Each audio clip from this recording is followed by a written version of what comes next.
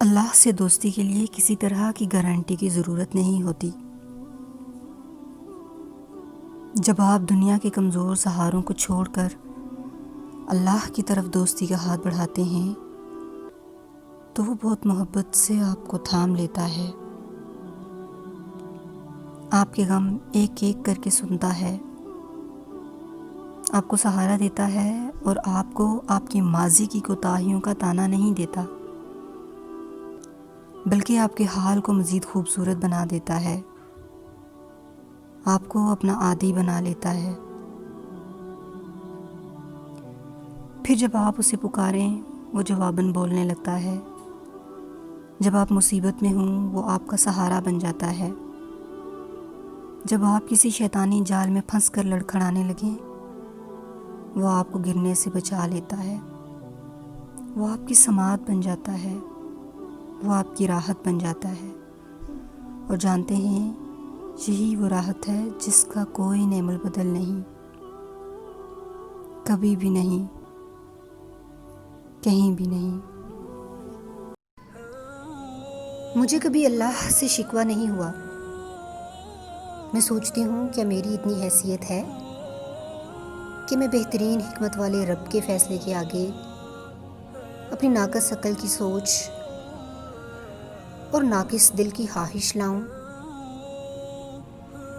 وہ اللہ جس کی محبت کا یہ عالم ہے کہ میں اس کو بھول جاتی ہوں،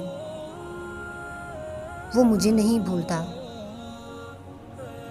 کسی نے غیر مشروط محبت دیکھنی ہو تو خود سے اللہ کی محبت دیکھیے۔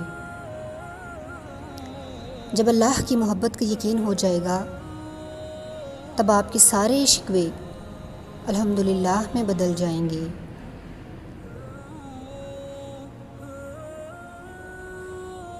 کسی کو تسلی دینا اور اس کا غم ہلکا کرنا ایک آرٹ ہے، مگر یہ آرٹ عموماً کوئی بھی نہیں جانتا ہوتا،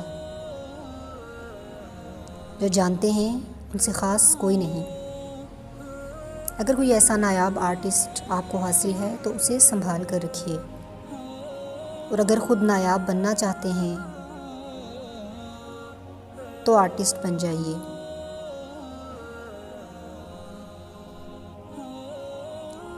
کسی کی مہارت آپ سے زیادہ ہو سکتی ہے، اس بات کو تسلیم کرنا اخلاقی عظمت اور بلند ایمان کی نشانی ہے۔ یہ سکھاتا ہے موسیٰ علیہ السلام اور خضر علیہ السلام کا قصہ۔ جس وقت بیماری اور درد سے انسان تھک جاتا ہے اور آنکھیں نم ہو جاتی ہیں اور دل میں خیال آتا ہے اللہ جی اب بس ہو جائے، حقیقتاً یہی لمحے الحمدللہ والے ہوتے ہیں۔ بس اسی لمحے ہم آزمائے جا رہے ہوتے ہیں۔ الحمدللہ علی کل حال۔ نیکی کا کوئی بھی کام کریں اس میں نیت خالص رکھیں، اور یاد رکھیں ہر نیکی اللہ کے لیے کی جاتی ہے۔ عبادت یا نیکی میں کسی بھی قسم کا دکھاوا اس عبادت یا نیکی کو ضائع کر دیتا ہے۔ اپنی اس چھوٹی سی غلطی کی وجہ سے اپنی عبادات اور اپنی نیکیاں ضائع مت کیجیے۔